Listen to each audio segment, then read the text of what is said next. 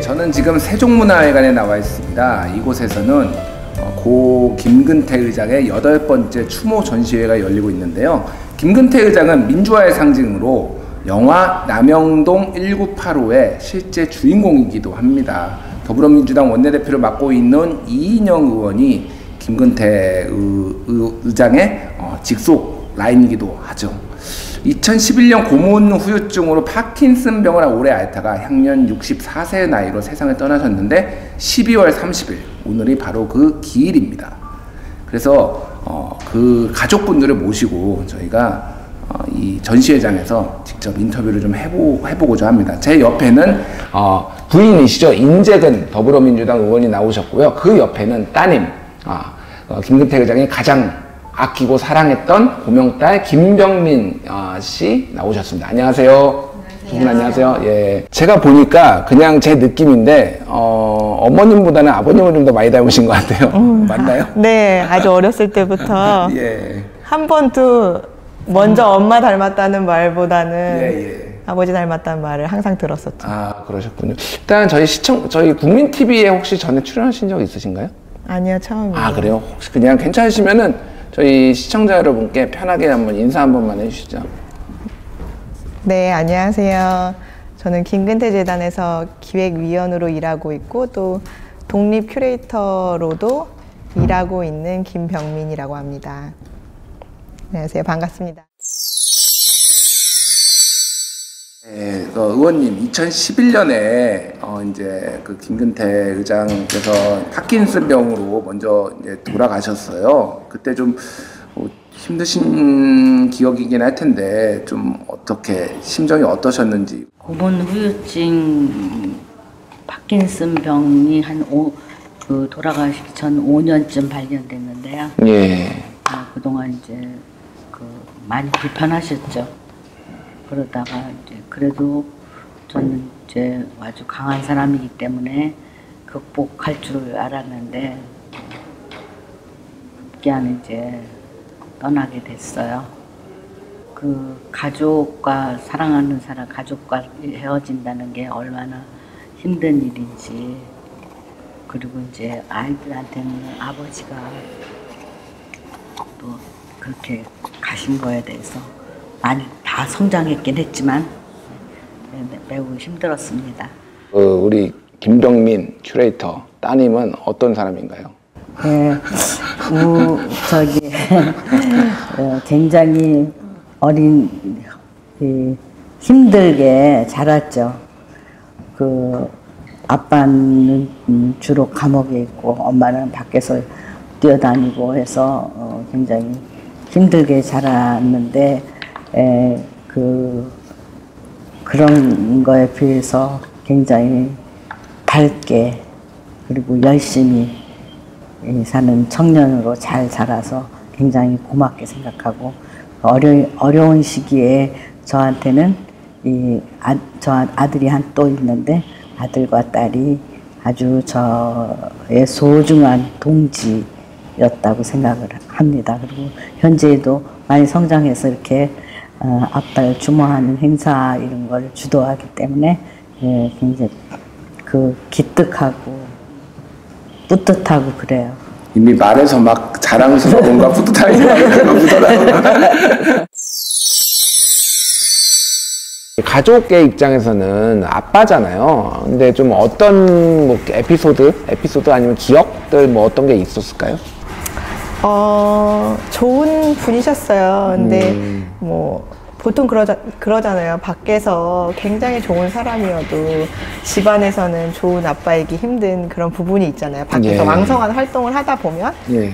그러니까 물리적인 시간으로 봤을 때는 좋은 아빠는 못 되셨죠. 왜냐면 잘할 때 집에 안 계셨고 도피 생활 맨날 어디 그래서 저희는 어려서부터 그 막 형사들이 쫓아올까봐 그 지하철이나 버스를 몇 번 갈아타고 숨어 계신 곳에 가기도 하고 뭐 그런 경험들도 있어요. 그리고 이제 교도소나 구치소의 면회도 다니고 그런데 나중에 그러니까 본인 그 김근태라는 사람 전체는 기억하는 사람들이 굉장히 다 따뜻한 사람이라고 자상한 분이라고 많이 말씀을 하셔서 양보다는 질이라고 옆에 계실 때는 굉장히 따뜻하고 스킨십도 따뜻한 스킨십이 많으시고 그게 지금도 좀 많이 그리운 편이고 그런 걸로 이제 한 번 만났을 때 말씀을 또 잘해주시고 그리고 편지를 굉장히 이제 성의껏 저의 관점에서 뭐 본인의 관점에서 여러 가지의 편지들을 또 써주셔가지고 약간 다른 사람들하고는 다른 게 남지 않았나 아버지로서 그런 생각은 좀 가지고 있어요. 지난해 책을 내셨어요. 책 제목이 근데 약간의 비속어가 섞인 젠장 좀 서러워합시다 라는 책을 냈어요. 그래서 이게 지금 어떤 책인지 좀 설명을 좀 해주시겠어요? 우선 그 김근태 그 옥중에서 편 보낸 옥중 서간집이에요. 그런데 이제 기존에 나왔던 옥중 서간집들은 다 절판이 됐고 다시 한번 김근태 그 편지들이 고문 직후에 쓴 편지들이라서 굉장히 그 고통을 감내하면서 이겨내려는 그 단어들로 채워져 있고 가족과 떨어져 있던 그 슬픔이나 그리움 같은 게 묻어나는 편지들이에요. 제가 그때 5살이었고 오빠가 8살이었는데 한참 이렇게 클 때라서 그립잖아요. 그래서 저한테도 굉장히 보물 같은 편지들이라서 다시 한번 사람들한테 읽히면 좋겠다라는 생각에서 처음에 기획이 됐는데 읽다 보니까는 저는 집에서 너무나 엄마의 편지를 많이 봤는데 한 번도 출판이 되거나 이게 세상 밖으로 나온 적이 없는 거예요. 그래서 그 편지들이 어디 갔냐 그랬더니 그거를 이렇게 꽁꽁 숨겨놔서 침대 밑에 넣어두셨더라고요. 그래서 제가 그거를 거의 강탈하다시피 너무 이거는 엄마는 너무 사적인 편지다. 너네 자라나는 거를 아빠한테 소식을 전해주기 위한 뭐 병민이가 한글을 깨쳤어요. 뭐 오늘은 아빠를 보고 싶다 했어요. 뭐 이런 내용들이니까 조금 하찮다 느낀 거죠. 사소하다 느낀 거죠. 그래서 그 교도관들이 다 읽잖아요. 검열을 하잖아요. 그렇죠.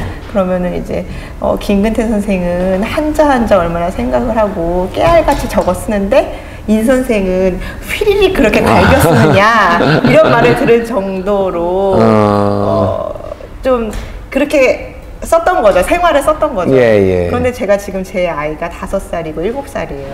얼마나 그 혼자 육아와 일을 병행하는 게 힘든지 알기 때문에 지금 와서 그걸 다시 읽어보니까 바쁜 거지 그러니까 진짜로 이렇게 쓰다가 진짜 잠들어서 다음에 이어서 쓰기도 해요. 새벽에 들어와서 쓰다가 잠들고 다음날 일어나서 또 쓰고 이어지는 편지가 있기도 하는데 그게 또 밖에서의 인재근의 투쟁이었다고 생각이 들어서 왜 신용복 선생님이라던가 감옥으로부터의 사색은 있어도 가족들이 쓴 편지가 당연히 있었을 거 아니에요. 왜 이런 옥중 기록들은 사라져야 되느냐 우리가 같이 남기자 그래서 짝을 지었죠. 김근태가 보낸 편지, 민재근이 보낸 편지. 거기다가 김병민이 조금 주석을 달았어요.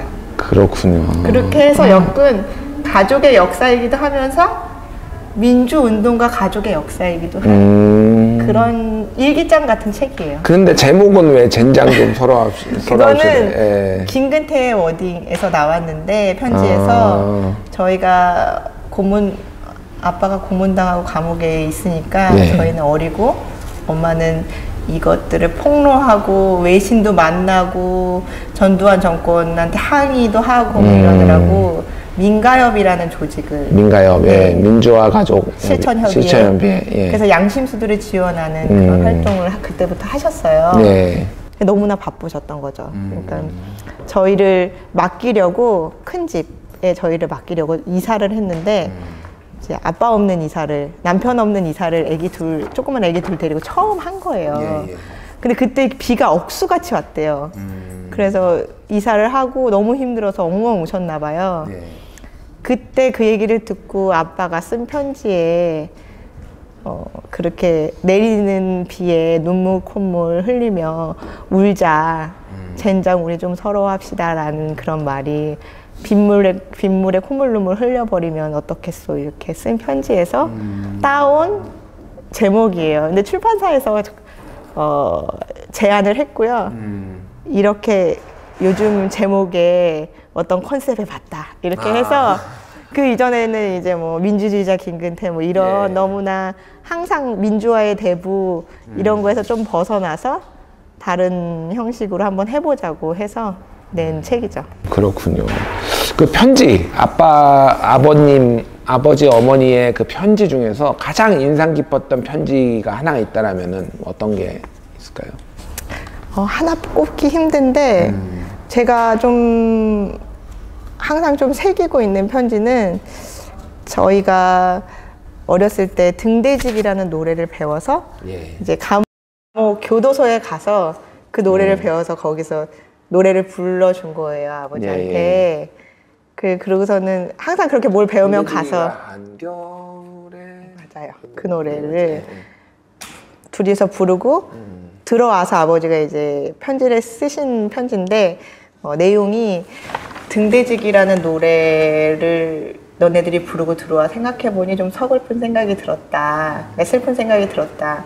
왜냐하면 그 등대직이가 바다에 나가서 이 바다 돌아오는 어부들에게 불빛을 쏘아주는 역할을 하는데 항상 사람들하고 떨어져 있지 않느냐. 외로운 거죠. 외로운 거죠. 그래서 본인의 지금 처지와 그러니까 저희들한테 막 설명을 하시면서 뭐 문익환 목사님이라던가 전태일 열사 뭐 이런 분들이 그렇게 사람들하고는 떨어져서 외롭게 사람들을 사랑하는 마음으로 희망의 불빛을 쏘아주고 있는 게 아닐까라는 얘기를 하시면서 아버지도 너희들한테 아버지도 그런 등대지기 중에 한 사람이라고 생각해줬으면 좋겠다고 아이들에게 지금의 상태를 좀 양해를 구하는 그런 편지가 있어요. 그거를 지금 이제 나중에 읽어서는 좀 그 아버지와 많이 시간을 보내지 못했던 것을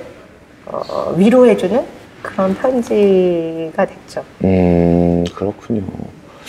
뭐 하나하나 얘기 들을 때마다 김근태라는 그 뭐 아버지로서의 김근태, 민주주의자로서의 김근태를 새롭게 또 이렇게 발견을 하고 그랬던 것 같고 또 하나는 가족분들이 진짜 같이 투쟁을 했구나 이런 것들이 좀 진짜 좀 마음에 많이 와닿네요. 그 후유증으로 굉장히 고생을 많이 하셨다라고 들었는데 좀 어떻게 좀 고생을 하셨는지 그 아버지를 지켜보셨을 거 아니에요? 좀 설명을 해주시겠어요? 이게 이렇게 트라우마가 겉으로 티가 많이 나는 사람이 있는 반면에 김근태라는 인물은 뭐든지 이렇게 감정의 표현이라는가 이런 것들이 적극적으로 밖으로 확 튀어나오는 사람은 아니에요. 많이 이제 꾹꾹 눌러 담고 생각을 많이 하시고 그런 분이기 때문에 그리고 굉장히 따뜻하고 부드러우신 분이어서 제가 어떤 트라우마를 가지고 있었다고 생각을 못 했었는데 그 시기 9월 초부터 9월 말까지 시기를 그냥 못 넘어가시고 굉장히 몸살을 앓으세요. 항상 매년? 매년. 몸이 기억하는 것처럼. 몸이 갑자기 안 좋으신데 잘 못 일어나시네? 그러면 그게 9월이 다가온 거를 그때 아는 거죠. 그게 돌아가실 때까지 지속이 됐고요. 사실은 그 돌아가신 해에도 그 시점부터 안 좋아지셔서 12월에 돌아가신 그렇게 됐어요. 그거 외에는 제가 직접 본 건 아니고 엄마한테 얘기를 들은 것 중에는 치과 치료가 이렇게 누워서 하는, 그러니까 수술대를 못 올라가셨어요. 그게 전기 고문에 사용되었던 칠성판이라는 예전에는 그게 이 시체를 염하던 판이었대요. 그러니까 전통적으로는. 근데 그거를 개조해서 고문 기술자들이 전기 고문을 위한 판으로 만든 거죠. 남영동 대공부실에 가보면 방들이 다 조금해요. 조사실이. 근데 김근태가 있었던 515만 두 방을 합친 것처럼 커요. 거기가 VIP 방이었던 거죠. 소위 말하는 칠성판이 들어가서 전기 고문을 할 수 있는. 전기 고문을 할 수 있게 그 사이즈가 컸군요. 방 사이즈가. 그쵸. 그래서 그거를 연상시키기 때문에 어디 수술대를 못 올라가시는 거예요. 치과 치료 하다가도 이게 약간 그 쇼크가 오셨었고, 그래서 치과 치료를 하지 말자고 차라리. 쇼크가 와서 이렇게 반응이 할 수 없을 정도로. 그러니까 사실은 이가 굉장히, 저도 아빠 닮아서 이가 튼튼한데 고문 당하면서 이게 너무 악 다물어가지고 어금니가 바스라지셨어요. 근데 그 이후에 치과 치료를 못 받으신 거죠. 그리고 비염이 좀 심하셨는데 정치인이다 보니까 보여지는 게 많아서 굉장히 주변 분들이 비염 수술을 해라 이렇게 하셨는데 그냥 조용히 아무 말도 안 하시고 이렇게 계셨는데, 그게 가족들도 잘 모를 정도로 그게 이제 수술 때 올라가는 게 좀 힘드셔서 하지 못하셨던, 미루셨던 것 중에 하나죠. 정말 제가 지금 사실 얘기를 들으면서 살짝 관찰을 했는데 말씀하실 때 입술이 파르르 떨리더라고요, 지금. 네, 뭔가 좀 화가 나기도 하고 옛날 생각이 나가지고 약간 그러셨던 것 같아요, 보니까. 그게 이제 그 지점이 뭐냐면 이제 저희도 굉장히 가까운 사람들도 보여지는 정치인은 어때야 된다는 걸 옆에서 계속 얘기를 하잖아요. 사실은 그런 세심함, 고문 후유증에 대한 세심하게 챙겨야 되는 피해자였는데 저는 이제 제가 기댈 아버지로만 생각했기 때문에 그 부분이 저는 되게 아파요. 이제 운동 민주주의자로서의 좀 김근태가 있었고, 그 다음에 한 1990년대 중반 이후로는 정치가로서의 김근태가, 이제 김근태 선생님이 있었던 것 같아요. 어떻게 보셨어요? 정치가로서의 김근태를 좀 딸로 평가하지 말고 유권자, 국민의 한 명으로서 뭐 국회의원도 했고, 사실은 2002년 대선 경선에도 나왔다가 떨어지기도 했고, 뭐 노무현 후보한테 밀려서 떨어지기도 했고, 나중에 이제 장관도 하고 의장도 하고 그랬는데 어떻게 좀 평가를 할 수가 있을까요? 저는 뭐 민주운동가 하실 때도 쫓기고 감옥 가고 고문당하고 그러면서 이제 아버지를 많이 못 만난 부분도 있었는데 그 못지않게 정치활동 하실 때도 너무 바쁘셨어요. 맞아요. 그리고 이제 다 커서 생각을 해보니까 이렇게 열심히 활동을 하셨으니까 사람들이 기억을 해주는구나 라는 생각이 들 정도로 저는 정치인으로서의 김근태도 평가를 하고 싶은 부분이 있어요. 왜냐하면 뭐 그 당시에 좀 사람들이 호응을 안 해줬던 김근태 키워드들이 있는데, 따뜻한 시장 경제를 추진한다던가 이런 것들이 그때는 뭐 그 경제 민주화 이런 얘기가 나오기 전이거든요. 한 5년에서 10년 전에 김근태가 했던 얘기. 그다음에 평화가 밥이다. 이것도 지금은 너무나 당연한 키워드나 이런 언어가 됐는데, 그때 얘기할 때는 굉장히 남북 관계가 경색되어 있을 때 한 얘기였기 때문에 뭐 좌파다 뭐 이런 공격을 같은 진영에서도 많이 받을 정도였어요. 그래서 뭐 김대중 대통령이 국민들보다 뭐 반보 먼저 가야 된다, 정치인은 그런 얘기 하셨는데 김근태는 저는 한 5보 먼저 간 사람이 아닌가라는 생각을 하면서 나중에 촛불 때 촛불 혁명 때 약간 그 이전에 이제 박근혜 대통령이 당선될 때 굉장히 좌절했어요. 왜냐면은 이게 민주운동가 김근태의 삶이라는 게 혼자만 민주운동가가 아니거든요. 저희 가족들의 삶이 다 거기 들어가 있잖아요. 그렇죠. 나의 어린 시절은 뭔가라는 어떤 의미를 찾을 수가 없는 거예요. 다시 독재자의 딸이 대통령이 됐다는 그 사실이 저에게, 저 개인적으로. 그래서 그때 너무 힘들었는데 그래서 김근태의 희망은 힘이 시대라는 글에서 이름 모를 익명의 사람들이 정의와 평등을 주장할 때 폭발적인 힘을 발휘해서 세상을 바꿀 것이다라는 얘기를 써놓으셨는데 그게 이제 6월 항쟁 때의 얘기예요. 제가 그걸 보고 그거는 이제 제가 기억에 이렇게 딱 남는 6월 항쟁 때 너무 어렸으니까. 근데 촛불 혁명 때 사람들이 그렇게 광화문 광장에 많이 나와 있는 걸 보고 김근태의 그 말이 실제로 맞는구나라는 거를 느꼈어요. 이뤄졌구나. 네, 너무나 그렇게 세상을 염세적으로 비관적으로 보던 저에게 약간 촛불혁명의 그런 의미를 또 가져다 줬어요. 저의 어린 시절에 우리 가족의 삶을 부정했다가 다시 좀 살아나게 되는. 그러니까 저는 약간 역사적으로 뭔가 잘 이루어지게 되면 그게 저에게 보상 심리가 되는 부분이 있는 것 같아요. 그렇군요. 양승태 대법원장 구속됐을 때 제가 좀 그런 정구현. 네. 그럴 때 저는 보상받았다는 생각이 드는.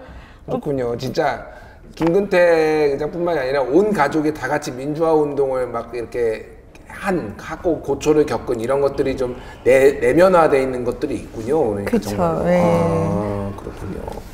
어느 정도 트라우마가 아래로 내려온 부분이 있는 거죠. 그렇네요, 진짜로. 트라우마, 그걸 트라우마라고 얘기하면 트라우마고, 트라우마. 좀 컨셉에 대해서 어떤 의도로 이게 지금 기획이 됐고 진행이 되는지 큐레이터시니까 가장 잘 아실 거 아니에요? 따님이시기도 하지만. 그래서 그거 좀 설명 좀 해주시겠어요? 저희가 추모 전시회이기도 하지만 어떤 김근태라는 인물, 사람을 기리는 것보다는 김근태의 정신을 계승하는 전시를 하자. 처음부터 그런 기획하에 저희 추모전이 처음부터 시작이 됐고요. 그래서 항상 어떤 주제를 잡아서 그분이 주장했던 것들 중에서 저희가 지금 현재적으로 의미가 있다고 생각하는 주제를 잡아서 전시를 하고 있고요. 이번에는 도래할 공동체라는 제목으로 전시 기획이 되었는데, 도래할 공동체, 영어로 하니까 The Coming Community. 역사 속에서 수많은 사람들이 배제되면서 저희가 서로를 미워하기도 하고 그러면서 진행이 되어 왔는데, 김근태가 생각했던 도래할 공동체는 평화적인 공동체가 아닌가 그런 생각을 하면서 사실은 1차 핵실험을 했을 때 2006년에 열린우리당 당의장이셨어요. 그때 모든 사람들이 다 반대함에도 불구하고 개성공단을 방문을 하시거든요. 그때 이제 성명을 하시는 게 어떠한 일이 있어도 개성공단과 금강산 관광은 지속되어야 한다. 평화가 지속돼야 이제 평화가 곧 밥이다라는 말씀을 하시면서 그러면서 이제 굳건한 평화에 대한 이야기를 그게 평화 자체가 우리가 추구해야 할 가치고 원칙이다라는 말씀을 하세요. 우리가 거기에 뜻을 두고 앞으로 도래할 공동체에서는 이런 배제의 역사가 아니라 어떻게 하면 평화나 화합할 수 있을까라는 김근태의 질문에 예술가들이 모여서 화답하는 형식으로 그런 형식으로 기획이 되었습니다. 김근태 정신이라는 게 사실은 방금 큐레이터께서 설명하신 것들에 대충 녹아 있는 것 같아요. 평화가 밥이고 평화, 공존, 번영 뭐 이런 것들을 말씀하신 게 그 김근태 정신이라고 저희가 이해를 해도 될까요? 그쵸. 그게 전부는 아니에요. 그러니까 민주주의자라고 또 불리니까 민주화에 대한 열망 그리고 다른 사람들의 이야기를 들어주는 그 경청의 자세 대화할 수 있는 용기 뭐 이런 여러 가지의 키워드가 있어요. 그래서 저희는 좀 그것들을 꾸준하게 발굴을 하면서 이것들을 좀 현재화해서 다시 지금 살고 있는 분들에게 새로운 화두를 던져주는 그런 역할을 좀 하고 싶은 거죠. 전시를 통해서. 아까 전에 저는 인상 깊었던 게 이게 추모전인데 진짜로 뭐 김근태 사진 걸려 있고 막 이런 게 아니라 그 재봉틀 뭐 우리 좀 편한 말로 미싱이라고 부르는 개성공단에서 사용하는 뭐 재봉틀 미싱이 있고 거기에서 막 이런 것들이 있는데 이게 좀 약간 아까 설명해 주셨는데 뭐 왜 그런 것들이 지금 전시되어 있는 건지 좀만 더 설명해 주시겠어요? 그게 이렇게 뭐 작가마다 주제가 다른데 미싱이 들어와 있는 그 작가분 이브록 작가님의 작품인데 개성공단이라는 그 공간을 생각해 보면 이제 갑자기 이제 개성공단이 닫히면서 거기에 북측 노동자와 한국 기업들이 다 흩어지게 됐는데 사실은 그 공간에서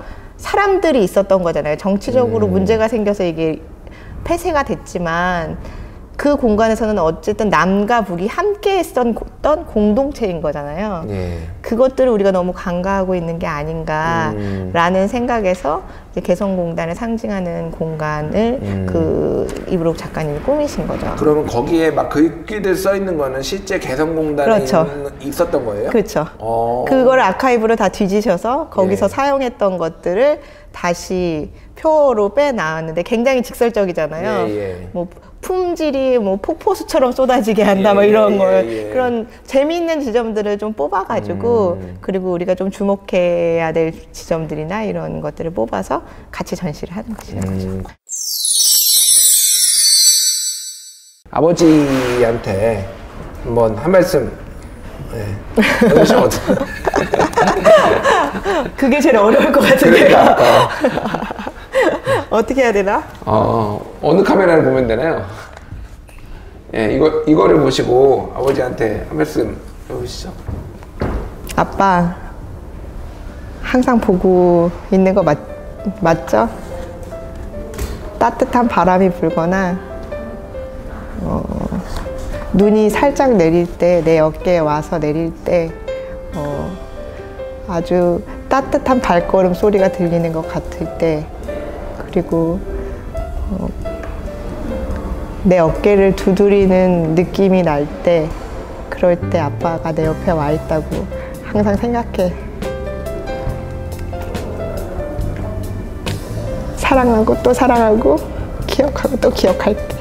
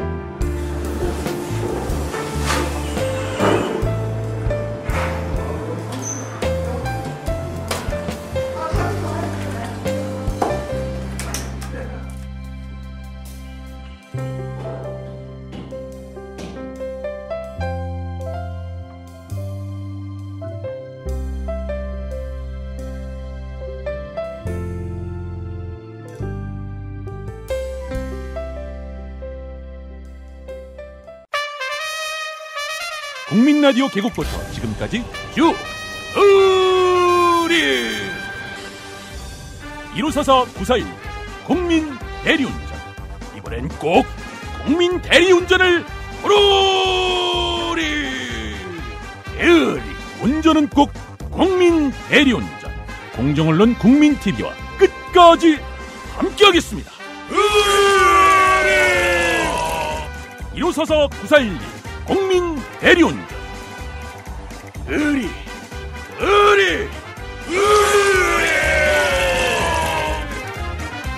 1호서서 9412 국민 대리운전.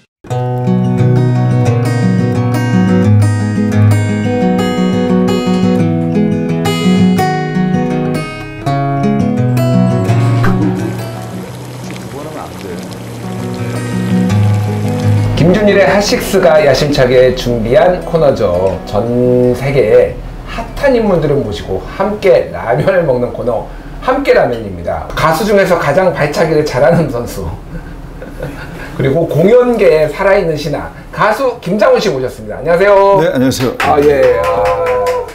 키가 혹시 어떻게 되세요? 전 187이요. 187이요. 187이면 거의 최장실 아닌가요? 거의 그렇다고 볼 수 있죠. 근데 예. 지금 이제 그 다리 길어 보이려고 앉은 키 작아 보이려고 허리 구부리고 있잖아요. 되는데. 그러니까요. 예. 제가 허리를 바짝 세워야 돼. 이거 뭔가 키 높이를 맞추려면은. 예, 반갑습니다. 네, 반갑습니다. 나와주셔서 너무 감사드리고요. 아이, 반갑습니다. 예. 바쁘시죠, 요즘 연말에? 네, 오랜만에 바쁘니까 예. 한 6년 쉬다가 6년이나 쉬셨어요? 쉬었어요. 그렇군요. 일단은 요즘 뭐 때문에 바쁜지 먼저 설명을 좀 해주세요. 일단 정규 프로그램은 이제 마리텔이라는 걸 이제 일주일에 한 번씩 마이비트 텔레비전. 마이비트 텔레비전 MBC인데 한 번 하기로 하고 이제 들어갔는데 되게 반응이 좋아서 했고, 그리고 그 요즘 유튜브에서 뭐 장성규 씨나 이런 거 많이 하잖아요. 워크맨 뭐 그런 것들. 그 전국 대학교 동아리방을 제가 이제 찾아다니면서 체험하는 건데 그래서 동아리방 습격이라고 해서 동방 습격. 제가 요즘 습투는이라는 것 때문에 말도 안 되는 상황이 생겨서 그래서 이제 하고, 그리고 최근에 이제 하얀 말이라는 신곡으로 그 아이돌 프로 있잖아요, 순위 프로 한 10개를 했어요. 그것도 숲투는 때문에, 숲투는 이제 10대 20대한테 인기 있는 캐릭터거든요. 그리고 방송하고, 그리고 뭐 그리고 뭐 행사 뭐 남들은 물 들어왔다고 하는데요. 물은 들어온 것 같은데 노가 얇아가지고. 노가 얇아서 나가지가 않아. 안 나와. 이게 안 나와. 노가 좀 터져야 되는데 이게 잘 안 나가서 얼마 이제 광고 찍었거든요. 이제 좀 노가 나가기 좀 배가 나가기 시작하고. 그렇네요. 버려야 됩니다. 6년 쉬었기 때문에. 6년 쉬었으면은 바짝 당겨야죠. 다시 당겨요.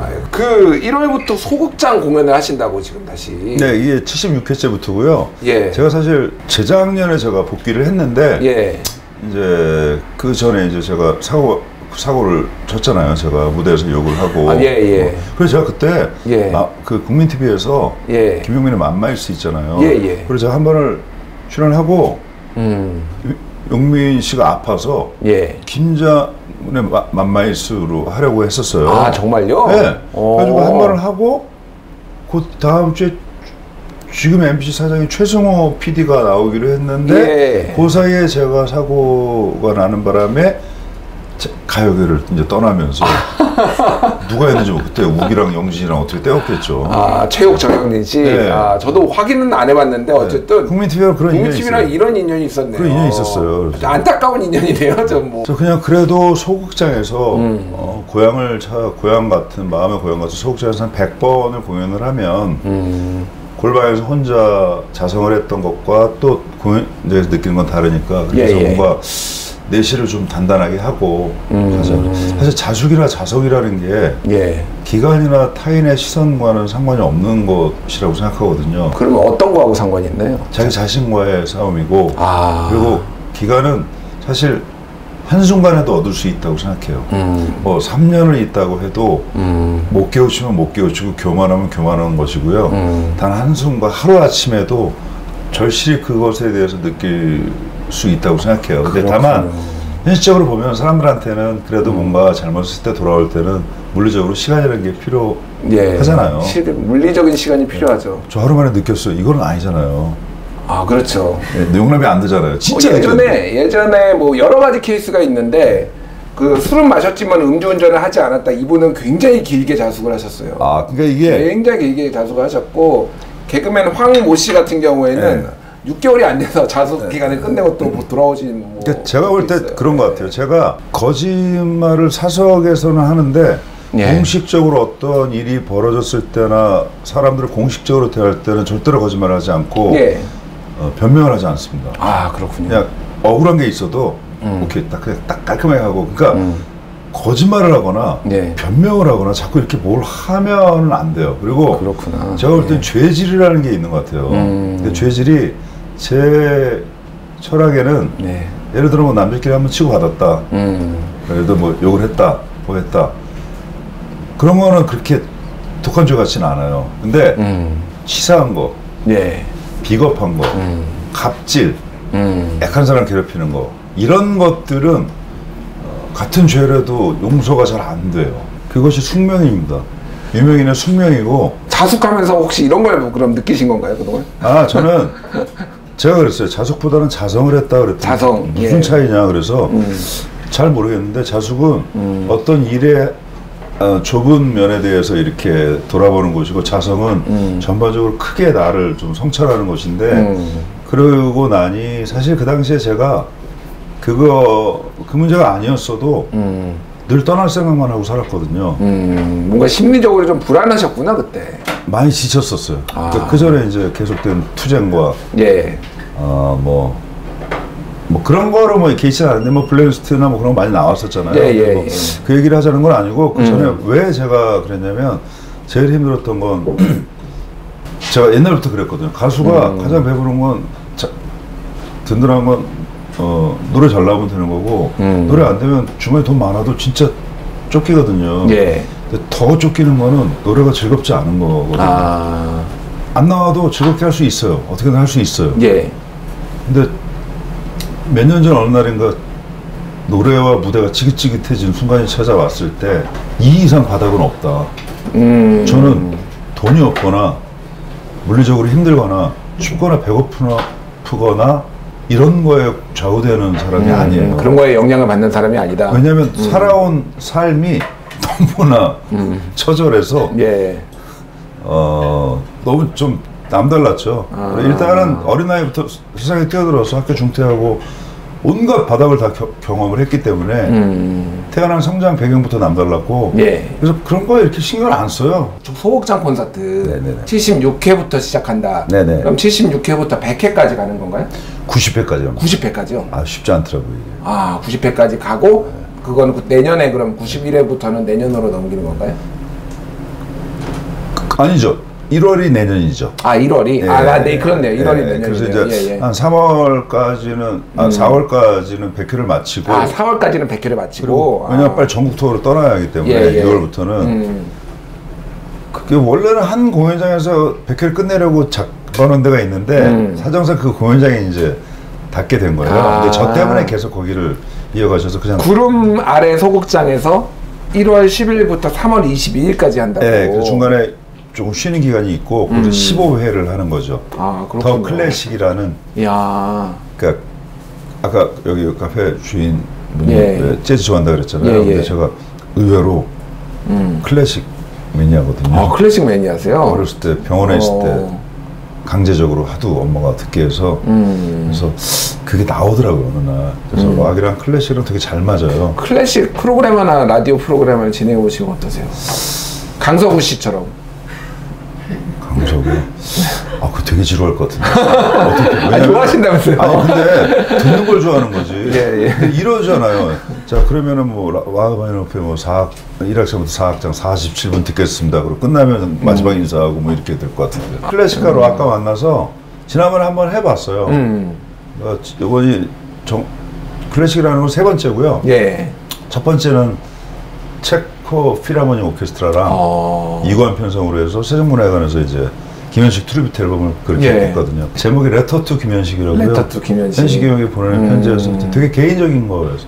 그 얘기하려면 밤을 새야 되는데 20몇 년 전부터 30년 전부터 역사가 이제 오면서 제가 꿈꿔왔던 것을 나는 언젠가 이런 거 할 거야 했던 저 혼자의 약속을 제가 지킨 거고요, 형한테. 그리고 그거는 이제 적자 보셨죠? 적자 봤죠, 당연히. 앨범이 안 팔려. 앨범 만드는데 5억 넘게 들었어. 와. 체코 가서 다 해야 됐고. 체코까지 가서 다 하신 그다음에 거예요? 뉴욕 가서 또 마스터링이나 이런 작업하고. 그러니까 김현식의 현시경에 대해서 정말 트리뷰트란 이런 것이야 하는 거를 좀 최고로 잘 하고 싶었어요. 가끔 보면은 저는 우리 가수 김장훈 씨는 몽상가 같아요. 네. 뭔가 꿈꾸는 사람, 네. 드리머, 몽상가. 네. 몽상가 같죠. 예. 근데 이상가죠. 몽상가는 꿈만 꾸는 사람이잖아요. 그렇죠. 그게 몽상가예요. 그러니까 뭐 새로운 꿈을 꾸는 사람이죠, 어떻게 보면. 예. 아니, 몽상가는 그냥 꿈만 꾸는 거예요. 아, 그래요? 꿈꾸고 생각만 하는 거예요. 근데 제가 제일 좋아하는 말이 가장 이상주의자가 현실주의자다. 그 무슨 말이냐면 이상가는 그 이상에 도달하기 위해서 진짜 현실적으로 살기 때문에 제가 처음에 나 체코 가서 김현식 노래를 다 해서 64인조에서 이권 편성으로 해서 다 모든 것들을 완벽하게 한국에 가서 공연을 할 거야 했을 때 그게 돈도 그렇고 요즘 시절에 돼? 제가 미쳤나 뭐 이렇게. 근데 결국 보면 하고 있어요. 나 이렇게 해서 언젠가 해서 관객들은 2층 관객에서 하늘을 날아갈 거야. 어떻게 날아가? 어떻게든 날아갔어요. 그러니까요. 날더라고요 어느 날 갑자기. 처음에 2명 관객이 있었거든요. 관객이 유료가 2명이었는데 언젠가 열심히 하다 보면 최저도 가고 주계회장 가서 5만 명 앞에서 공연하겠지. 그때는 정말 그런 노래 올 줄 몰랐죠. 너무 힘들었으니까. 갔죠. 저는 그때 한번 뵈러 갔었어요. 그 경기장에 진짜로 진짜 날아다니더라고요. 그 경기장에서. 그래서 그런 게 있어요. 그러니까 몽상이 재밌죠. 근데 몽상은 되게 허무해요. 꿈만 꾸고 이렇게 접으면은. 근데 그래서 저는 굳이 나누자면 드리머는 맞는데 현실적으로 이루어가는 드리머. 꿈이 높아요. 근데 그 꿈에 도달하기 위해서 누구보다 현실적으로 살아야 돼서 그래서 잠을 3시간밖에 안 자는 거죠. 알겠습니다. 이연걸이 3시간 잔다고. 이연걸이요? 네, 근데 되게 아프시다고. 그거 믿고 제가 3시간씩 잤거든요. 나폴레옹은 4시간씩 잤대요. 나폴레옹이요? 나폴레옹은 4시간 자고 저도 4시간씩 자고 있습니다 지금. 일단 나폴레옹이 이겼네. 네. 신곡 얘기로 좀 돌아올게요. 하얀 말이라는 제목이 좀 독특해요 일단. 그러니까 이상가에 좀 잘 어울리는 것 같은데 하얀 말이라는 게 어떤 의미로 지금 이거를 이렇게 지으신 건가요? 이제 되게 들으면은 처음에는 생경하죠. 백마? 그러니까요. 하얀 말. 근데 백마탄 왕자인가요 혹시? 근데 하얀 말. 말인데 하얗다면 뭘까? 눈인데요. 이 글은 제가 모티브를 줬지만 조은희라는 작사가 썼거든요. 하나의 사랑. 되게 유명한 해바라기 뭐 이런데 그 친구랑도 인연이 이제 되게 깊은데 작업을 했어요. 같이 이제 그 전에 광화문이라는 곡을 같이 썼고 이 곡은 제 생각에 많이 들어갔지만 제가 직접 표현한 게 없기 때문에 조은이 작사만 해야 된다 이거는 했는데 이런 거예요. 제가 어떤 그 옛 사랑을 생각하면서 생각한 건데 진짜 이 노래는 아파요. 눈이 올 거야 거기도. 눈이 오면 내가 너한테 전하지 못한 말이 많으니까 내가 너한테 얘기하는 줄 알아. 그 눈이 거기도 올 거 아니에요. 이게 제가 얘기하는 거예요. 눈이 오면 그녀도 보겠죠. 혹시 기적이 있어서 같이 볼까 뭐 이런 내용이에요. 근데 생각해보면 눈이 그치면 이거는 그냥 녹아버리겠지. 그죠? 가사가 그렇게 가는 거예요. 근데 그렇지 않아. 왜냐하면 겨울은 또 계속 돌아오니까 다시 돌아오는 겨울처럼 내가 사는 동안 끝나지 않을 나의 이야기야 넌. 그래서 그 하얀 말이에요. 그리고 언제나 하얀 말은 그리고 하얀 말이 흩날리고 사연 뭐 이런 게 있거든요. 근데 이게 정말 걔랑 얼마 됐지? 20년도 넘은 30년 가까이 된 친구인데 그립더라고요. 근데 제가 궁금한 게 있는데 이 하얀 말이라는 노래에 이런 사연이 있다라는 거를 혹시 다른 방송이나 해서 말씀하신 적 있나요? 방송에서는 노래 얘기는 잘 안 해가지고요. 그러니까요. 옛날 무슨 뭐 사고 친 얘기나 국내 단독 처음으로 하얀 말에 방송에서 아니죠. 공연에서는 많이 했는데 방송에서는 편집된 걸로 알고 있습니다. 저희는 꼭 하얀 말을 살려서 가도록 하겠습니다. 이상한 것만 다 살리고. 자, 인터넷상에서 그 우리 김장훈 씨를 지칭하는 이름이 있더라고요. 습춘훈? 숲튼훈. 습춘훈이라는 별칭과 함께 굉장히 큰 인기인데 이게 무슨 말인가요? 습춘훈이. 그게 뭐냐면 한문으로 쓰면 김장훈, 쇠금의 긴장자 하면 쇠금이 숲 같잖아요. 아, 숲자랑 장자가 틈 같잖아요. 훈이에요. 근데 뭐 그걸 뭐 그렇게 뭐 신조어처럼 누가 재미를 그냥 그림처럼 했겠죠. 숲트론이라고 한 거예요. 근데 뭔가 안숲 뭐 있고 뭐 뭔가 좀 튼 뭐 그러니까 어감이 좋은 어감은 아닐 거잖아요. 말도 안 되는 거예요. 그래서 숲트론인데 그거로 제가 웃기거나 좀 굴욕적이거나 막 소리를 막 이상하게 막 했던 것들만 모아서 이게 뭐냐? 숲트는 모음이에요. 네, 숲트는 조롱처럼 이렇게 막 하는 것들을 하기 시작했는데 보통 이제 그러면 신고가 들어가거나 뭘 하잖아요. 근데 저는 그런 거 아예 보지도 않고 신경도 안 써요. 댓글도 안 보고. 뭐 그러거나 말거나 없는 거. 뭐 예를 들어 불법적인 사실을 만약에 퍼뜨리면 그 경찰 들어가야죠. 사실이 아닌 거는 뭐 그렇게. 근데 이거는 했던 거를 자기들이 희화시켜서 하는 거 어떻게 할 수가 없다. 편집의 기술인 거를 그걸 내가 어떻게 그거를 그리고 나름 정성도 많이 들인 거고 그래서 내버려 뒀는데 제가 그랬어요. 너는 그러다 나한테 말려. 이게 한번 들으면 홍어회처럼 못 벗어나. 딴 거 못 들어. 중독성 있어. 중독성 있어 이게. 시원하거든. 그러다가 진짜로 넘어오기 시작할 즈음에 뭐 근황 올림픽이라는 인터뷰가 한 100만 조에 나오고 또 그 중에 많이 하는 김정은 왕팬의 친구가 저를 많이 희화시켰었는데 저 공연에 왔다가 제가 팬이 한 명씩 그렇게 넘어가는구나. 그렇죠. 그냥 노래를 같이 했거든요. 그냥 추억을 노래를 하고 돈은 좀 버냐 그랬더니 번다 그래서 여자친구랑 행복하게 나는 고용 창출이라고 생각하니까 니들 잘 먹고 잘들 살아 그럼 됐어 형은 그랬는데 그걸 걔가 올렸어요. 그게 한 3-40만 조회 나오면서 거기서 이제 댓글들이 다 그냥 인정. 안티도 팬으로 만드는 이 매력은 근데 그래서 제가 좀 진짜 생뚱맞았는데 그래서 숲에서 하는 숲 콘서트를 지금 숲서트 했어요. 했어요 그것도. 와. 원래는 제가 한 3만 원 정도 해서 안티 할인해가지고 안티 할인이요? 잠깐만. 안티를 어떻게 인증을 해요? 그러면? 아니 그러니까 줄이 안 안티 줄이 있어요. 그래서 3만 원이면 안티 줄로 오면은 김정 싫어요 그러면 재수 없어요. 그럼 10,000원 주는 거예요 그냥. 진짜로?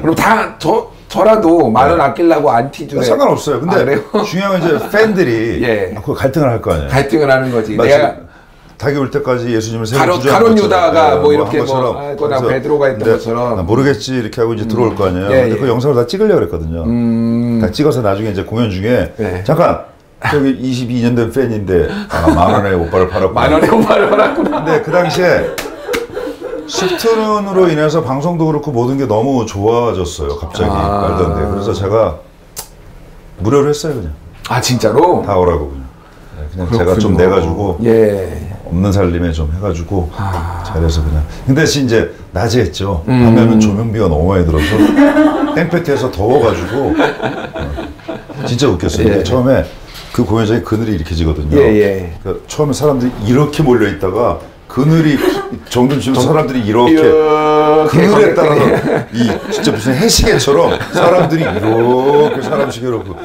남들이 이렇다고 내가 이런 사람 되는 거 아니고 저렇다고 저러는 거 아니고 이미 나의 정체성은 정해져 있으니 시간을 갖고 좀 너그럽게 가다 보면 아닌 경우도 있죠. 그러니까 대처해야 되는 경우도 있는데 그 정도는 하다 보면 좀 자꾸 이렇게 내려두고 좀 오히려 재밌게 받아들여 버릇하면 나중에 이런 결과도 있을 수 있더라. 제가 의도한 건 아니잖아요, 이거는. 그러니까 뭐 누군가는 야 이거 김정은 빅픽처에 말린 거 아니야? 뭐 이런 얘기도 그러니까요. 이게 말이 안 되잖아 이게. 그러니까 안티도 어쨌든 팬으로 만들어버리는 그 마성의 남자. 김장훈 씨 하면은 또 빼놓을 수가 없는 게 이 키워드가 있어요. 기부. 기부 천사로도 유명하고 뭐. 예전에는 뭐 전 재산의 얼마를 뭐 기부를 했네 뭐 이런 것도 굉장히 화제가 됐어요. 극과 극이 존재하는 인물이죠. 그러니까요. 뭔가 저는 사실은 그 금액을 보면서 뭔가 굉장히 비현실적이거나 이 사람은 어디 아픈 거 아닐까? 죄송한데 혼자 그런 생각을 그럴 했어요. 수도 있죠. 결핍을 기부를 함으로써 자기 그거를 채우는 거 아닐까? 전 솔직히 그런 생각을 했어요. 어떤가요, 그거는? 진짜. 아무 생각 없었어요. 그 제 마음 있고 제가 못 느끼는 마음이 있잖아요. 마음 뭐 잠재라고 하는데 마음의 마음 그 안에는 어렸을 때부터 여러 가지 작용했다 이렇게 방송을 위해서 얘기를 해야 하니까 했지만 그냥 개념이 없는 거예요. 그렇군요. 그냥 심플한 거예요. 그냥 난 그지였고 고생도 많이 했고 몇 번 죽을 뻔했거든요. 또 어떻게 보면 인기 가수가 되었고 돈을 많이 벌게 됐네. 근데 우리 엄마가 전도사님 하면서 청소년 사역하고 이제 목사님이시고 또 어느 날 갑자기 엄마의 손에 끌려서 아이들이 있는 데를 갔다가 눈에 밟히기 시작하고 마음에 들어와서 시작을 했어요. 예. 어떤 뭐 소명이 있었던 것도 아니고 그냥 발이 먼저 들어간 거죠, 엄마 때문에. 그러고 나서는 그냥 아무 생각 없이 그냥 했어요. 눈앞에 보이면 아 이거 해야 되나 보다 한 거지 뭐 여기서 내가 이걸 해서 뭐 세상을 봐 뭐 없어요. 그러면 경제관념이 없었던 걸로 그러면 경제관념이 없는 거예요. 예, 알겠습니다. 돈이라는 거를 그러니까 이전까지 지금은 이제 그래도 건물을 하나 해놓고 그러니까요. 건물 왜냐하면 제가 몇 년 전에 노래가 지겨워서 떠나야겠다. 마사이족 가려고 그랬어요. 마사이족? 잠깐만. 진짜 마사이족 가려고 그랬어요. 왜냐하면 제가 남수단이랑 케냐에 이제 봉사활동을 갔는데 마사이족이 이렇게 이제 지금은 약간 민속 불악처럼 남아있죠. 와서 이제 민속무용원에서 같이 공연을 하는데 그때 문득 생각난 게 그래도 마사이족 가면 핸드폰도 터진대요 지금은. 네, 뭐 다 할 거 다 합니다 거기. 네, 뭐 전자레인지도 있고 그렇다고 그러더라고요. 그러니까 뭐 민속 그런 것도 그때만 잠깐 하는 거고 나머지는 다. 그리고 딱 하면은 청바지 입고 다니고 다. 야 여기 추장 인터뷰야 추장. 그러면 추장 나와서 추장이하고 이번에 야 신부 그러면 이때가 다 인터뷰어들이 가면은 그래가지고 그래서 이제 가서 나 3년만 살게요 뭐 이러고 뭐 있다가 애들 세계 도시 이렇게 그냥 떠달려고 그랬어요. 노래도 지겹고 근데 떠달려다 보니까 돈이 한 푼도 없고 빚만 있는 거예요. 그래요? 그러니까 이거 엄마랑 누나들도 있고 또 피는 안 섞이지만 가족들도 있고 하니까 내가 열심히 매년 살아서 돈 요만큼 딱 주고 그냥 떠나야겠다. 그러고 나서는 여러 가지로 어려워지니까 돈이 안 벌리고 또 그러니까 마음 먹었을 땐 또 안 되는 게 예전에는 막 몇십억 몇백억 벌다가 진짜 한때는 어디 가서 불주를 한 30만 원 해야 되는데 없어서 너 그런 적은 처음이에요. 저는 사실 제가 만약에 아무도 없다면 아무 상관없어요. 노래를 관두고 어디를 가든 뭐를 하든 근데 노모와 그 누나들과 그 사람들은 저한테 기대하진 않아요. 제 식구 근데 제가 혼자서 안 기대할 것 같아요. 제가 봐요. 쟤는 글렀어 이러면서 꿈을 좀 크게 갖고 건물을 한 3채쯤 올리고 사업을 할 거예요. 아우 좋네요. 사업을 해서 1년 매출을 이거 진짜 또 몽상가라는 얘기가 나올 텐데 일단 몽상 한번 들어갑니다. 1년 매출 얼마 생각하는 사업을 할 것 같아요? 1년 매출을 그래도 한 500억은 해야 되지 않을까요? 5조. 5조요? 잠깐만요. 5조. 저기 삼성전자는 훨씬 뭐 크겠구나. 삼성전자는 220조 뭐 이렇게 분기에 10조 원을 순이익으로 냅니다. 삼성전자는. 작년이고 올해 반도체 때문에. 올해 반도체 하락. 지난번에 올라서 7조 좀 넘었죠. 3분기 때. 투자하시나요 혹시 삼성전자? 저는 그런데 관심 많아서 그 한일 문제 터진 다음에 뭘 물어봐도 다 대답할 수 있어요. 그렇군요. 일단 그거는 뒤에 좀 우리가 또 어느 순간 또 한일 관계까지 지금 흘러 들어왔는데 사실 기부 얘기를 했는데요. 그래서 맞아요. 경제관념 없는 거고 쉽게 얘기해서 뭐 잘난 것도 없는데 많이 주니까 돈은 많이 돌려드리자. 그러면 좀 무대 올라갈 때 들쩍 팔리고 좀 좋은 노래 할 수 있지 않을까? 근데 예전에 기자들한테 분명히 그렇게 얘기했어. 나는 관객들을 보면서 항상 부끄러웠고 나의 인기가 부당하다고 생각해서 기부를 했다. 근데 그분들은 그렇게 쓰면 안 되는 거예요. 노래 때문에 내가 기부를 했다가 아니라 그렇게 세상에 대한 소명의식 갖고 기부하는 사람이어야 하는 거예요. 왜냐하면 그런 사람도 있어야 캠페인이 되니까. 그래서 제 생각과 달리 기사가 나왔는데 그렇군요. 그러니까 그분들은 저를 올려줬어야 돼서 포장을 시켰어야만 했어요. 저는 포장하는 거 싫어합니다. 저도 싫어요. 그대로 나갑니다. 오늘 경제관념이 없는 걸로. 포장이라 포장을 찢는 스타일이야. 또 요즘도 사실은 바꾸는 사람이 있어서 마트에서 얼마 전에 우리랑 사과 6달 훔쳤던 그런 거 보면은 굉장히 가슴 아프지 않으세요 사실? 미치죠. 많이 그래서 결시가동에 대해서도 굉장히 기부 많이 하셨죠. 제가 5조를 벌겠다는 이유가 그거예요. 그래요? 그 장르가 있어요. 기부도 아까 죄의 질도 장르가 있는 것처럼 성장 배경에 따른 걸 텐데 저는 제 1번이 밥 굶는 아이들이 없어야 한다. 제가 집 없이 살았고 지금도 뭐 월세 살고 추운 데서 노숙도 해봤고 밥도 3일씩 굶어봤는데 옷을 남루하게 입거나 잠은 뭐 어디서 자도 돼요. 밥 굶는 건 장사 없어요. 눈 뒤집혀요. 이틀 굶으면 도둑질 할 수밖에 없어요. 그렇게 잘한 애가 정상적으로 세상을 살아? 그런 걸 기대할 수가 없어요. 맞습니다. 밥을 굶는 애 그건 안 돼. 그래서 제가 그 보는 게 그전에는 그런 개념도 없었고 소명의식 아무것도 없었다 그랬잖아요. 예.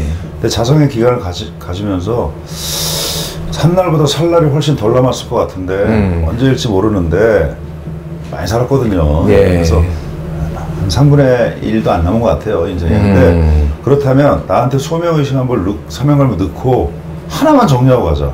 하나만. 한 놈만 팬다. 한 놈만 패자. 예. 밥 굶는 애들은 없도록.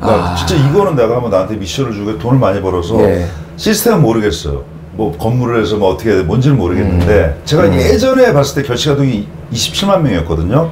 굉장히 많아요. 근데 지금 늘었을지 안 늘었을지 모르는데 지금 조사하면 어차피 지금 시작할 건도 아닌데 기죽을까봐 일단은 조사 아직 시작을 안 했고 목표는 그거로 잡고 있고. 그러면 그 27만 명이 굶지 않기 위해서의 계산을 해보니 대략 매출이 5조 정도로 나와야지 커버가 된다 뭐 그런 건가요? 그렇게까지 치밀하지 않아요. 예. 그냥 5조야. 결식 성인은 어떻게 생각하세요? 결식성인요? 예. 하긴 해요. 내일도 저도 지금 결식이라서 그건 다이어트고 간헐적 단식하신다고. 아니 그래서 제가 하고 싶은 얘기는 라면을 하나 먹으면서 우리가 얘기를 하면 어떨까? 괜찮으신가요? 좋죠. 예. 혹시 제작진 준비되나요? 와, 라면 먹으면 진짜 어렵다. 요즘에 제가 쉬면서 정치면을 끊었거든요. 12kg가 찌더라고요. 정치면을 끊으니까? 네. 그 정도로 스트레스를 받았던 거예요. 그러니까 정치면을 보는 거 자체가 아예 그냥 거기를 끊어버리는데 정치면 자체를 안 보니까 12kg가 찌더라고요. 한 달 만에. 그러니까 그동안 정치면을 보면서 스트레스를 받은 건가요? 보고 뭐 그렇죠. 어떤 거에 보통 스트레스? 정치면에 어떤 기사? 다. 거의 다. 그래서 이제 다이어트 하느라고 라면을 거의 안 먹었는데 오늘 이렇게 먹게 되네요. 지금 다이어트 중이신가요? 강처럼 흐름 속에 몸을 맡겨도 멈추진 않을 거라고. 자, 둘 중에 어느 걸 드시겠습니까? 저는 가뚝이죠. 둘 다 가뚝인데요. 그래요? 하나는 오라면이고 하나는 오라면 하나 가봅시다. 오라면으로 가시겠어요? 자, 그러면 제가 진라면으로. 예전부터 저는 오뚜기를 이렇게 막 예전부터 여기 기부 많이 하고. 훌륭한. 왜 사람들이 알려진 건 얼마 안 됐잖아요. 아직 좀 시간이 필요하네요. 그렇죠. 저기 이게 제일 얄미운 건데 죄송한데 그 딱딱한 단무지랑 날김치 좀만 주세요. 진짜 얄밉잖아요. 얻어먹으면서. 자, 우리 뭐 라면을 먹으면서 천천히 옛날 얘기를 좀 해보죠. 어머니께서 목사님이셨다고. 네. 태어나부터 아버지는 없었고. 그래서 뭐 어머니하고 같이 이렇게 어렸을 때 뭐 사업 부도로 빨간 딱지도 붙고 뭐 어머니하고 여러 군데를 같이 다니셨고. 박전무가 누구예요? 박전무가 다 헤쳐먹고. 해먹었다고요? 엄마가 박전무를 너무 믿은 거야. 아직도 기억나, 박전무님. 그래가지고 우리 집 가훈이 보증 쓰지 말자. 진짜로? 진짜 보증 쓰면 돼. 박전무 진짜 박전무님 내가 몇 번 영상편에 있었는데 보고 계세요? 많이 힘들었어 우리. 많이 힘들었는데 내가 그나마 터져가지고 나와갔다면 이렇게 살고 있는 거예요 박전무님. 그거 좋지 않았을 거야 박전무. 얼마나 해먹었나요 박전무님이? 우리 집에 어렸을 때 일하는 아줌마들이 3분쯤 됐었어요. 그러니까 집에서? 집이 잘 살았어요. 잘 살았네요. 그래서 한강물은 말라도 니네 엄마 돈을 안 마른다 할 정도로 그랬는데 차 앞 3번 빨간 딱지 들어오니까 진짜 철없었던 게 처음에 빨간 딱지 딱 들어오고 막 싸우다가 이제 나왔잖아요. 그 엄마가 우리를 스키장으로 보냈어요. 진부령. 스키장으로요? 왜냐면 이제 막 집 정리하고 해야 되잖아. 그걸 보이기 싫으니까. 그때도 아직 그래도 여유가 있었네요. 스키장으로. 그래도 2번 차압당할 때까지는 뭐 한 50, 60평 아파트까지 살았어요. 그래요? 그래서 스키장을 보내놓고 이제 정리를 하고 아파트를 얻고 단독주택 살다가 여도 아파트. 그래서 2번째 딱지가 딱 들어오더라고요. 그래서 우리는 철없게 스키장 가겠다 누나. 왜냐면 빨간 딱지 하면 딱 연상 다니는 스키장이니까. 빨간 딱지. 아니나 달라 또 스키장을 가. 그래서 그때까지는 몰랐죠. 초등학교 6학년. 나중에 보니까 빨간 딱지 왔을 때 아이씨 이게 저거 TV 우리 거 아니라며 뭐 3번 차 앞 들어오고 나니까 그냥 완전히 완전 폭삭. 빚더미에 그냥 풍비박산. 그 빚을 그러면은 김장훈 씨가 다 갚았나요? 그 빚은 제가 그때 너무 어려서 엄마가 어떻게 갚고 자연 소멸 상태로 되지 않았을까. 그 우르마 성격에 어떻게든 해가지고 뭐 있는 거 없는 거 다 때려서 때려 박아서 하시지 않았을까. 그래서 어렵지 않았을까. 예. 자, 라면을 그럼 한번 먹어볼까요? 아, 라면 좋아합니다. 예. 오라면은 특징이 뭘까? 그러게요. 라면의 본질을 추구한다. 그러니까요. 라면의 본질을 추구한다. 뭐 오리지널인가? 오리지널이라든지. 오, 라면. 예. 난 사업머리는 좋은데 예전에 제가 라면 했을 때 그런 적이 있었거든요. 예. 라면 값이 너무 비싸. 라면은 원래 소민의 라면이잖아요. 예. 아, 이게 컨셉이 아니라 진짜 맛있게 먹네 보니까. 이거 컨셉상 이렇게 하는데 얘기를 들어 좀. 제가 굴며도 아까 이거 진행자 그래도 얘기하는데 야한테 듣고 있습니다. 지금 중요한 얘기하는데 혼자 그걸 적당히 하는 거지 그거를. 듣고 있습니다. 예. 면발 없고요. 계란 노른자를 많이 넣는 것 같아 면에다가. 면발도 착해요 심지어. 예, 계란 착해. 어디까지 얘기했지? 그 매큰 게 가지고 진짜 진행자가. 뭐 얘기하셨죠 방금? 엄마. 사업머리. 사업머리. 맞아. 예. 라면 값이 라면이 원래 서민들의 상징이었는데 뭐 비싸다. 비싸고 제일 싼 게 안성탕면 300원 하나, 600원 하나, 하여튼 300원인가 그래요. 그래서 저는 정말 줄일 것 다 줄이고 예. 양도 많이 먹으니까 70% 정도 하고 예. 그래서 한 200원도 안 되는 150원짜리 라면을 하자. 다 빼고 그냥. 거품을 뺀 라면? 네, 다 빼고. 그래서 진짜 살기 위해서 라면 먹는 사람들 있죠. 우리 어렸을 때는 돈 없는 사람들이 라면 먹었거든요. 그렇죠. 예. 그래서 그 이름을 산호라면으로 하자. 산호라면? 네. 사업머리가 있어서 김치 사업도 하려고 그랬어. 진짜로? 했으면 대박. 김장훈 김장김치. 김장훈 김장김치. 그리고 김장훈 총각김치. 그래서 묵은지는 노총각김치고. 네. 노총각이니까. 예. 좋을 것 같은데요? 대박이지. 지금도 늦지 않은 것 같은데요? 근데 지금은 5조짜리를 하려다 보니까 보이지가 않아 그런 거는.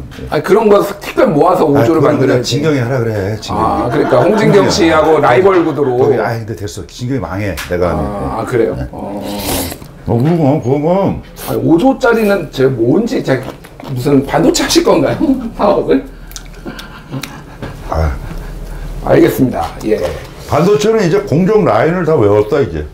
일본 때문에 하도 들어가서. 예. 일본 얘기 안 그래도 한일 관계 얘기 좀 하려고 그러는데 원래 뭐 옛날에 독도 퍼포먼스도 많이 하시고. 얘기할 것도 없어. 걔는 끝났어요. 끝났어요? 어떻게 그렇게 단언하시죠? 왜 끝났는지 좀 이렇게 설명을 좀 해주시죠. 우리 시사에 관심 있는 분들이 굉장히 많아요. 일단 전문가들이 국가 부채가 많은데 국내 채권이 어쩌고 뭐 있잖아요. 지금 돌아가는 게 희망이 없어. 희망이. 앞으로의 4차 산업에 대해서 희망이 없고. 제일 중요한 거는 지도자. 아베. 그 수출 규제에서 얻은 게 뭐가 있어요? 자기네는 우리나라랑 사실 사람들이 그걸 얘기해요. 우리나라가 수출이 7% 감소하고 걔는 14% 감소했던데 우리랑 교육이 문제가 아니라 전 세계적으로 이미 쇠퇴하는 뭐가 없잖아요. 남아있는 게 반도체가 있어요, 조선이 있어요, 디스플레이가 있어요, 뭐가 있어요. 조선 그러니까 중국이랑 합병한다고 하는데 안 돼요. 희망이 없어요. 제가 그런 얘기 한 적이 있어요. 샌드위치라고 그러잖아요. 우리가 샌드위치 신세라고. 강대 껴있잖아요. 근데 농담이지만 그런 샌드위치인데 그럼 우리가 패티 아니야? 옆에 식빵이고? 그러게요. 패티 없으면 그게 뭘 샌드위치야. 우리가 패티로서 잘하면 제일 비싼 게 가운데 끼어있는 거잖아요. 러시아랑 잘 줄타기 해서 미국이랑 하면은 그렇지 않을까 싶어서 저는 오히려 그렇네요. 사람들은 문광부 이런 걸 생각했는데 저는 그거보다는 오히려 왜냐면 문광부 일이 너무 많어. 제가 지자체 행사 다녀봤잖아요. 제가 문체부 하면 어떤 걸 잘할 것 같냐면 제가 할 거 아니에요. 난 그냥 사업하고 노래해서 5조 벌어서 애들 밥 먹이는 그거 할 거고 아예 만약에 예전에 물어봤을 때 근데 문체부라면 저건 자신이 있었어요. 전국 지자체나 이런 행사나 모든 것들에서 어떤 식으로 비리가 발생하는지는 제가 다 알아요. 그거 기억을 해봤기 때문에 백마진 어떻게 나오는지 어떻게 PT를 넣어서 어떻게 수익이 이거를 다 할 수 있고 다 잡아낼 수 있거든요. 저는. 그래서 그거를 어떻게 하냐면 자, 김장훈은 감사원으로. 어떻게 하냐면 저는 좀 웃긴 얘기지만 예. 적당히 먹게 해줄게. 아. 완전히 다 없앨 수는 없고 적당히 적당한 선에서 30% 줄여서 예. 요 정도까지 봐주는 선 뭐 이런 거 혼자 생각한 적이 있어요. 그러니까 저는 그거는 몽상이 맞아요. 내가 만약에 이걸 한다면 어떨까? 내가 만약에 이 입장 안 될 것들 있잖아요. 예. 내가 만약에 이 입장이면 지금 이 상황을 어떻게 할까? 예를 들어 일본 문제 있을 때 뭐 이런 거. 예. 근데 그래서 그냥 그런 건 몽상이죠. 일본은 예. 저는 심지어 라면도 우리한테 안 주잖아요, 이제. 한국 라면, 예, 한국 라면이 요즘 엄청 잘 팔리죠. 예전에 예. 그 독일본 지진 났을 때 예. 왜 신라면 보냈는데 안 받았잖아요. 일본이 그게 막 뭐 한국 안 받는데 이게 아니라 난 그거 같아요. 야, 라면 받지 마. 신라면 맛들이면 못 이겨. 우리 라면 망해. 걔들도 알아서 야, 한국 라면 먹이지 마. 라면 한번 맛들이면 한국 라면 못 이겨. 못 이겨 이거 한국 라면. 맛있죠, 한국 라면. 진짜 근데 농담이 아니라 예, 정말로 정말 맛있게 드시네요. 아니 정말 굶으셨나 봐요. 다이어트를 너무 세게 하신 거 아닌가요, 지금까지? 아, 네, 진짜. 예. 자, 이제 라면 그만 드시고 자, 저희 노래를 한 곡만 들려주시면 안 될까요? 우리 시청자들이 라면에서 갑자기 노래로? 예, 원래 이거 맥락 없고 뜬금없는 진행으로 제가 유명합니다. 라면에서 노래로. 산호라면 한 곡 괜찮을까요? 산호라면 자매품 나와 같다면 뭐 이런 나와 같다면? 아니, 와, 좋다. 아니, 와. 사업을 하면 여기서는 국민TV에서 할 노래가 있죠. 아, 국민TV에서 할 노래가 있나요? 기타 좀 주세요. 네. 제가 가수하라고 처음인 것 같은데 목 한 번도 안 풀고 노래한 거? 그러게요. 이거 이렇게 어려운 노래가 아니라 노랫말이 좀 풋풋한 거여서 제가 노래 제목이 혹시 뭔가요? 광화문. 광화문이요? 네. 광화문에는 태극기 부대가 있는데.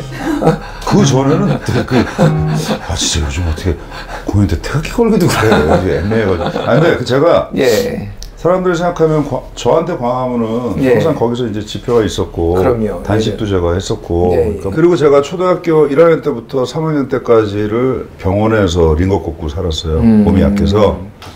그래서 어딜 못 돌아다녔는데 예. 엄마 손을 잡고 제일 처음 나가본 큰 세상이 광화문이에요. 그러니까 저한테 광화문은 세상의 모든 것이었네요. 모든 것이었고 거기서 그 옆에 진짜 그 대한문 예. 태극기 그 앞에 덕수제가 있었어. 로타리 제거랑 예. 거기서 사라다 빵에다가 우유 먹는 게 진짜 이거였거든요. 그리고 중학교 때는 이제 거기 사사라고 그때는 음성 클럽이 많았어요. 예. 사사라고 있는데 거기 그 형들 만나러 다녔고 고등학교 잘리고 나서는 광화문 가서 또 놀고 재수할 때 이렇게 계속 광화문이 항상 저는 놀이터였거든요. 그렇군요. 그랬는데 미팅도 하고 소개팅도 하고 뭐 거기서 매일 술 먹고 그랬는데 첫사랑도 만나고 그랬는데 어느 날 보니까 제가 거기 누워서 단식을 하고 있는 거예요. 그러니까 문득 서늘해지면서 뭐지 이게? 내가 꿈꾸던 세상은 최소한 이건 아니었어. 근데 왜 내가 내 놀이터 광화문에서 늘 싸워야 되고 여기는 그냥 꽃길이 있어야 돼 이런 생각이 든 거예요. 그래서 그런 노래를 그렇군요. 그걸 그대로 노랫말로 해서 예. 좀 되게 밝은 노래, 긍정적인 노래. 예.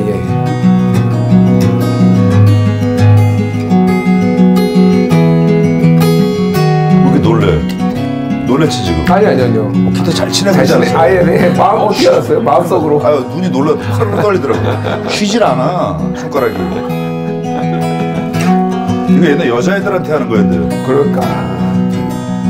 어릴 적 뛰어놀던 나의 눈. 죄송합니다. 이게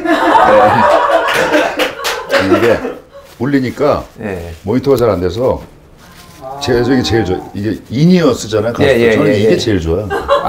스스로 막아서. 네. 모양은 좀 그래도 이렇게 이렇게. 그렇지.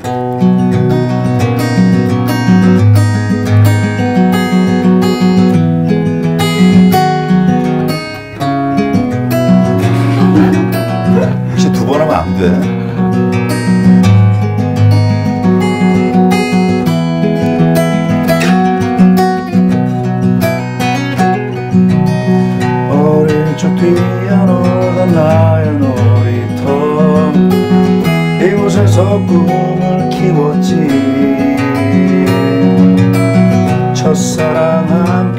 걷던 돌담길마다 마음 입 맞추던 추억 그녀가 나를 떠나가던 그 밤도 난 이 거리를 헤매 다녔지 부르다 못해 시퍼렇던 내 청춘 그때 비틀대도 아름다웠어 높아진 빌딩만큼 낮아지는 꿈 그럼에도 하늘을 보며 괜찮아 내게 말했지 세상은 아직 살만하다고 가난한 가슴에도 꽃들은 피고 괜스레 눈물 나는데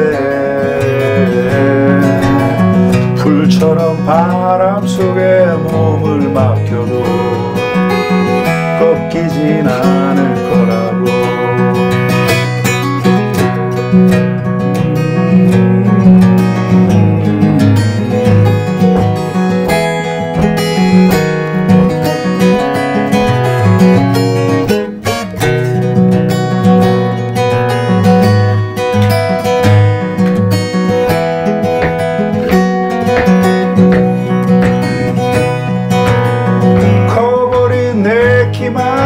작아진 용기 그럼에도 하늘을 보며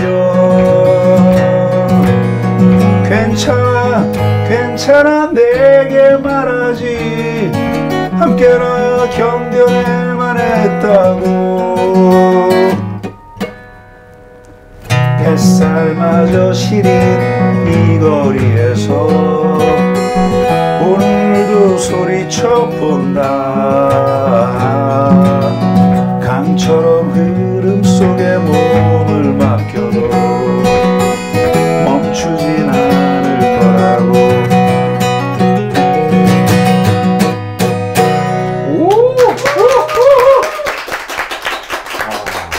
아니 광화문이라고 해서 저는 굉장히 좀 이렇게 뭐라고 해야 돼 힘이 좀 들어간 그런 노래인 줄 알았는데 완전 서정적인 발라드. 네. 그리고 노래에 광화문이 안 나오죠. 이거. 그러게요. 네, 이거에서.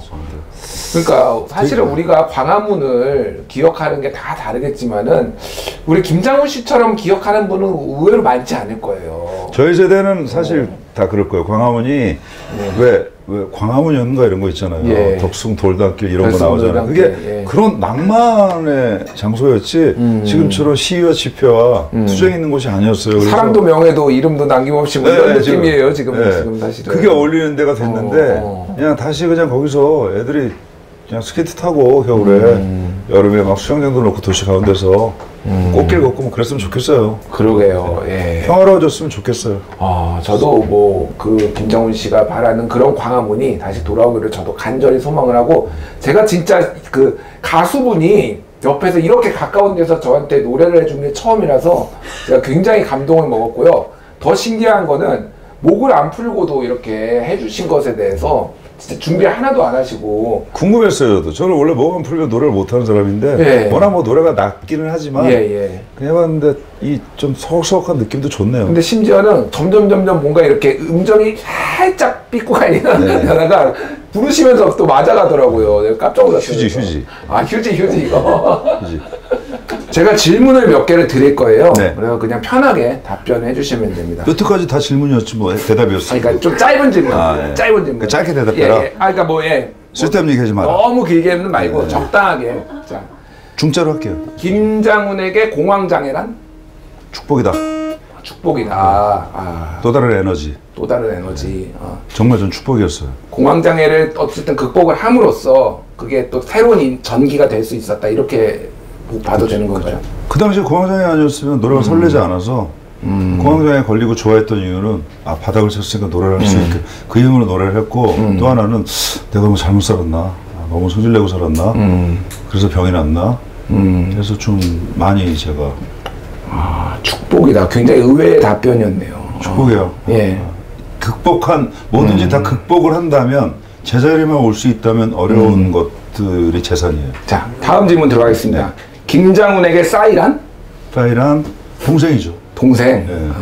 요즘도 굉장히 통화하고 그 지금 아름답게도 이제 제가 공연을 하니까 연말에 그 티켓 사이트에 이제 광고란 이런 거 이렇게 되게 찾아기 쉽지 않잖아요. 그래서 싸이가 잡아놓은 거 제가 분양을 좀 해줘가지고 고맙게 있는 거 있잖아요. 그래서 티켓 사이트에서 얘기해서 내가 이거 장원영 주라 그래서 사람들이 이제 그 얘기 많이 하면서 이제 하는데 뭐 제 사견은 항상 그랬어요. 둘 다 이렇게 지chung 갖고 이렇게 항상 둘 다 동생이지만 친구처럼. 근데 생각해 보면 무조건 형 잘못이에요. 그 당시에는 제가 섭섭하게 있었다 하더라도 뭐 그 친구가 잘못을 했건 제가 잘못을 했건 다 지나간 얘기고 무조건 형 잘못인 거예요, 우리나라는. 그렇네요. 지금은 그냥 같이 잘 지내고 계신 거죠? 잘 지내고 있고 세상에 이제 사업 시작했으니까 제가 도움될 거 있으면 언제든지 연락해라. 근데 그닥 도움될 게 없는지 아직 연락 없어요. 알겠습니다. 자, 지가 뭐 급해질 때가 오겠죠. 네. 자, 김장훈에게 부동산이란? 이제는 현실이다. 이제는 현실이다. 진짜 리얼월드. 플러스 동산까지. 동산까지. 진짜 무조건 이제는. 진짜. 근데 뭐 증권은 안 하고요. 현금. 현금으로. 자, 김장훈에게 광화문이란? 광화문이란 놀이터였었죠. 그러니까 놀이터였는데 전쟁터가 되어버린 아픈 명제. 놀이터였다가 전쟁터가 됐다. 근데 다시 놀이터를 꿈꾸는 거. 다시 놀이터를 꿈꾸는 거. 눈물과 웃음이 함께 서려있는 곳이에요. 광화문. 김장훈에게 2020년이란?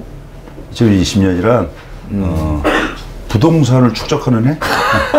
일단 2020년은 일단 빚 까고 빚 다 까고 플러스 체제로만 전환했으면 좋겠어요. 플러스 체제. 그러니까 마이너스 있던 거 다 복구하고. 마지막으로 하고 싶은 말씀 뭐 시청자 여러분께 한마디 해주시면 좋을 것 같습니다. 오늘 불러주신 게 감사하다고 하면 흔한 얘기겠지 할 수 있겠지만 제가 인생 중에 저는 요즘에 가장 평안한 날을 사는 것 같아요. 정말 가시 같은 길이었고 그랬는데 굉장히 이제 진짜로 농담이 아니라 굉장히 표정이 편안해 보이세요.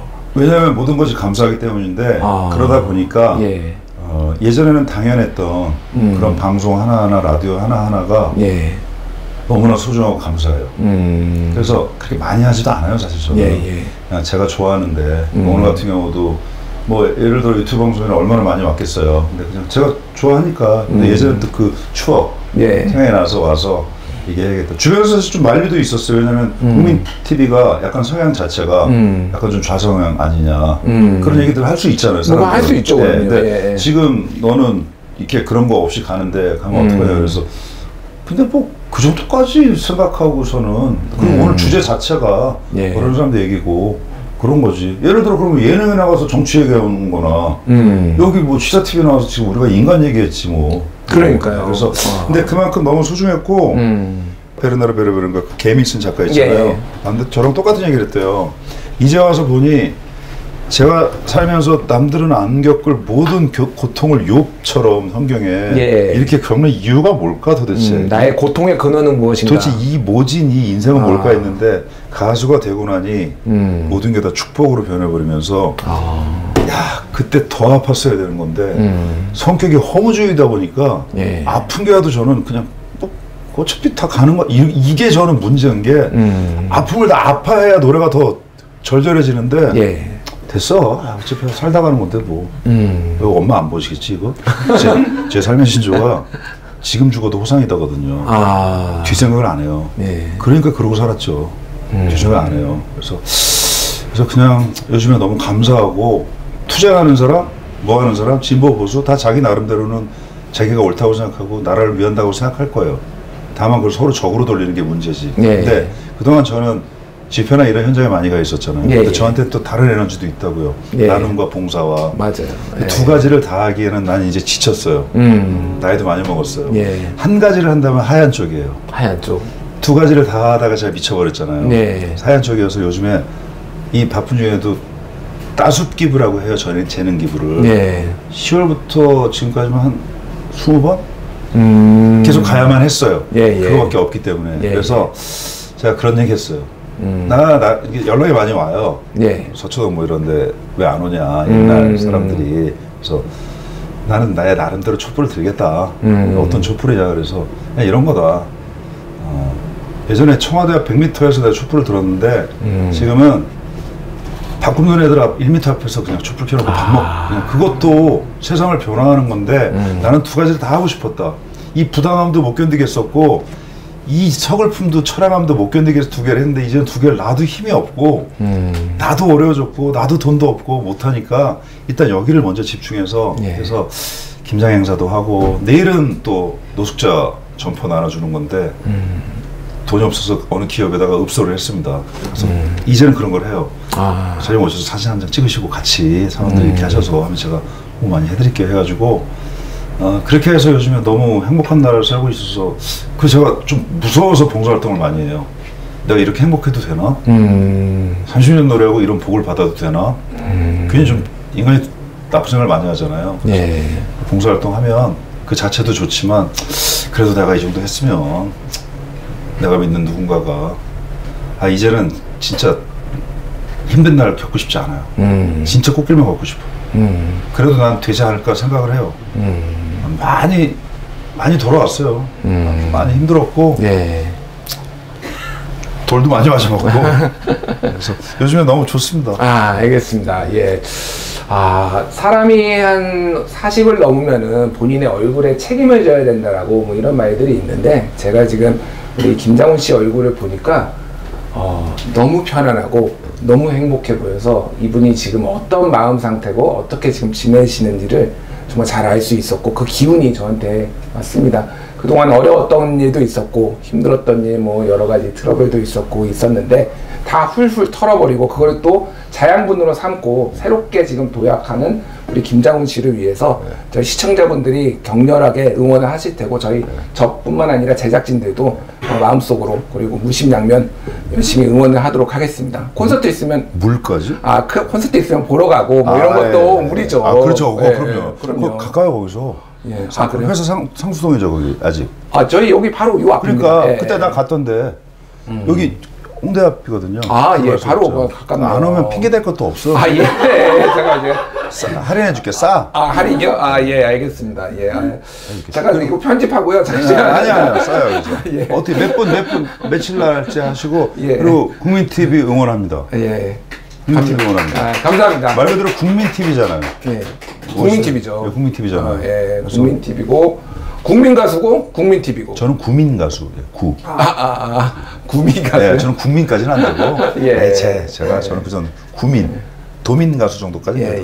알겠습니다. 바쁘신 와중에 출연해주신 김장훈 씨께 정말 감사드리고요. 지금까지 김장훈과 함께라면이었습니다. 감사합니다.